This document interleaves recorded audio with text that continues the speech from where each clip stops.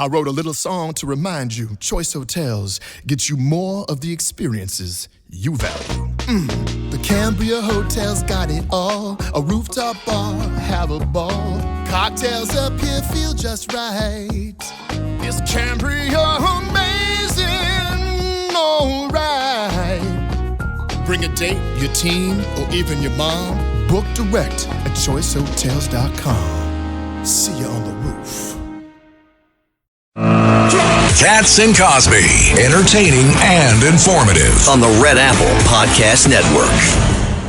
Well, everybody is following this wave of Democratic socialists. President Trump just saying that he believes not just socialism, but he calls it communism, the biggest threat to America. And joining us now to talk about this and so much more, I wrote a great column about it, is the great Bill O'Reilly.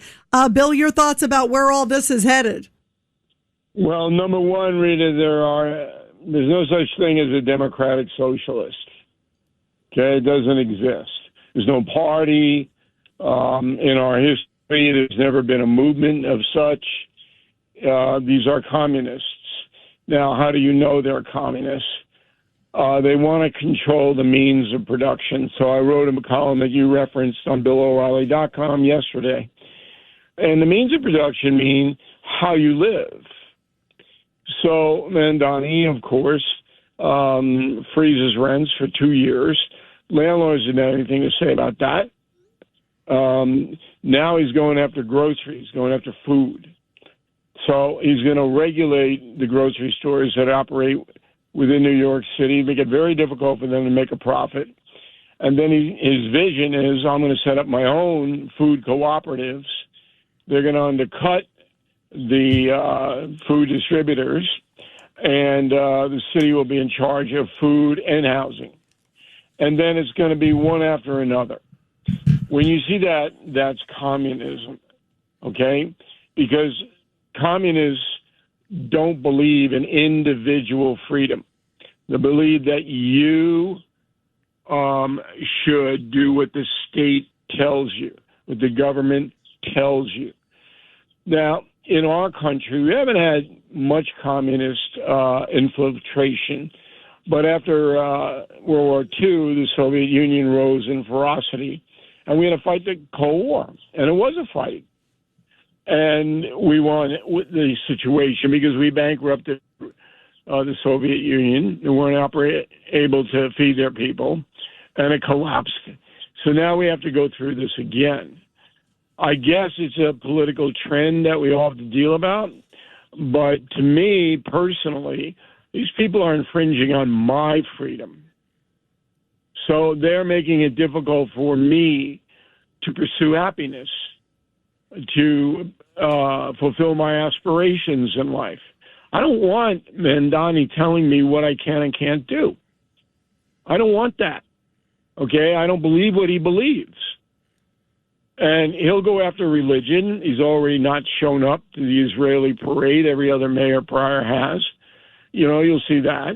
And it's just going to be one after another after another. And every New Yorker should be very, very upset. But most of them don't even understand what is happening, unfortunately. So how do you turn it around? Because I agree with you, Bill. It's very troubling. Yeah, and I never predicted this. I wrote a book called Culture Warrior. It was 20 years ago. I remember that, Bill. I remember when that came out. And I predict what the progressives, how they would power among the have-nots would be to promise people who were not affluent that they were going to support them. And it's exactly what's going on here. But it's now on steroids. So you've got this communist movement. It has momentum. Speaker, the second in the House, Jeffries, supports it. I didn't hear any Democrats criticize it. Did you guys hear any Democrats criticize this movement? Fetterman. He's the only one. Yeah, but he's not really a Democrat. Right. He's a libertarian. I mean, he doesn't go party line. Interestingly enough, this happened in Theodore Roosevelt's term, and the country fissured. And Roosevelt, when he ran on second time, remember he was president because McKinley was assassinated. When he ran the second time, he couldn't secure the nomination. And so three people ran. Taft, Woodrow Wilson, and Theodore. And Wilson won because the others two divided it. So we've seen it before. But we have never seen the media enable this movement. Usually you would have the media just furious. The Disneys, the Comcast would be, hey, you're going to cut into our profits. And believe me, they will. They being the communists will cut into their profits. And the media sits there and enables these people to do what they're doing. That's shocking. Yeah, no, that's a good point. In fact, I was watching some of the interviews over the weekend. I mean, one example was it was ABC was talking to Mandani, and they asked the question, what do you think about no prisons? Because Chevalier, who's one of the ones who won the primary, said no prisons. And he gave this answer like, well, there are prisons. He didn't say no. It's sort of the same pattern of it's a very, and the answer, the question should have been, wait, I'm sorry, you didn't answer the question. Well, the progressive communist movement doesn't want prisons. They believe that if you commit a crime, even a violent one, society forced you to do it.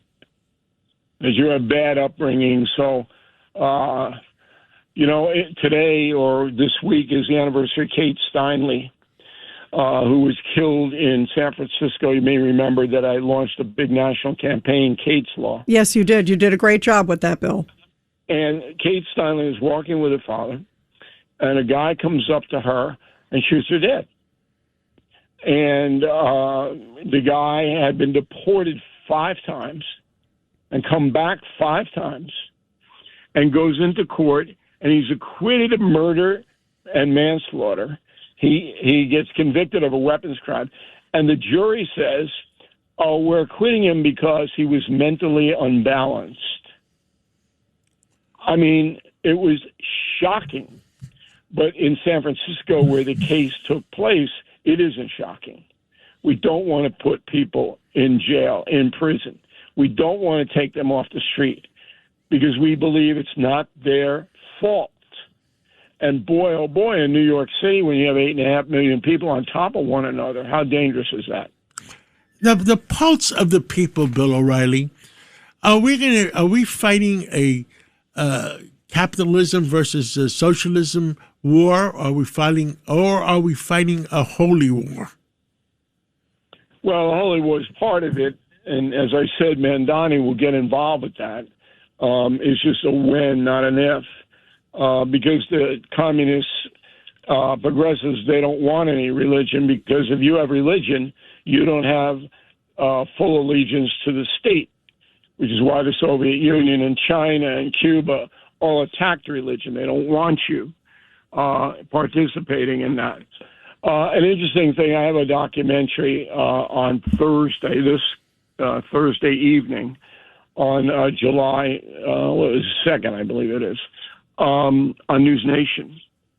And the documentary is about heroes and villains in a revolutionary war, but not the English. It's the American colonists. Who are the heroes really, and who are the villains really? And there were people who did not want to join this country because of slavery, because they knew eventually slavery was going to be abolished, and they did not want that. And so they didn't want any part of the new United States. And it's all driven by, in my opinion, by personal profit and personal stuff. But what disturbs me the most, if you go to Coney Island over the weekend and you're out there having a Nathan's and on the beach, and you get into conversations with younger people, 35 and down, they're not going to know any of this. You're going to look at them. You're going to say, "Yeah, Mandami is a communist," and what? They're not going to know any of it. And when you have a population that's ignorant / apathetic, anything could happen. Yeah, and that's the problem. And that's why this is such a concern. One of the things, too, Bill, too, is that I was watching like over the weekend, even Mondani was saying, oh, yeah, I can see it in all over the country. Tomorrow there's a race in Colorado. There's also the guy, El Sayed in Michigan. I mean, this is not exclusive to New York. No, look at Maine. Yep. I mean, you don't get a more traditional society than Maine. And you're going to cast a ballot for this Plantler guy? I don't think he's going to win. I saw the latest polling today, and Susan Collins probably beat him. But he's competitive. And, you know, it does not get more traditional than Maine. And it's because of people do not know what the deuce is happening.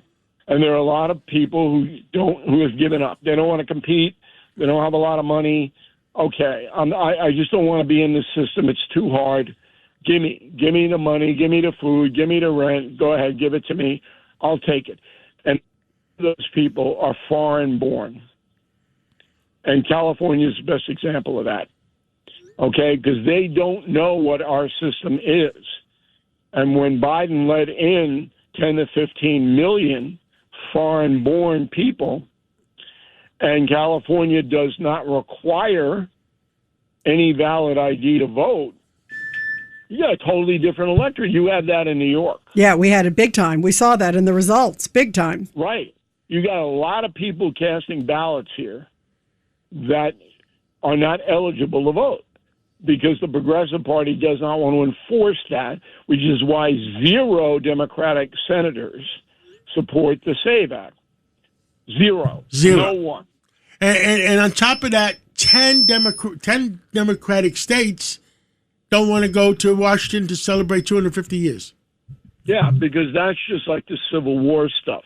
That's just like the stuff like, they being the founding fathers, had a real problem with some of those states getting them to sign the U.S. Constitution. They did not want to sign it because of personal stuff like slavery. That was the big driver back then. And we're now looking at a country that's fractured.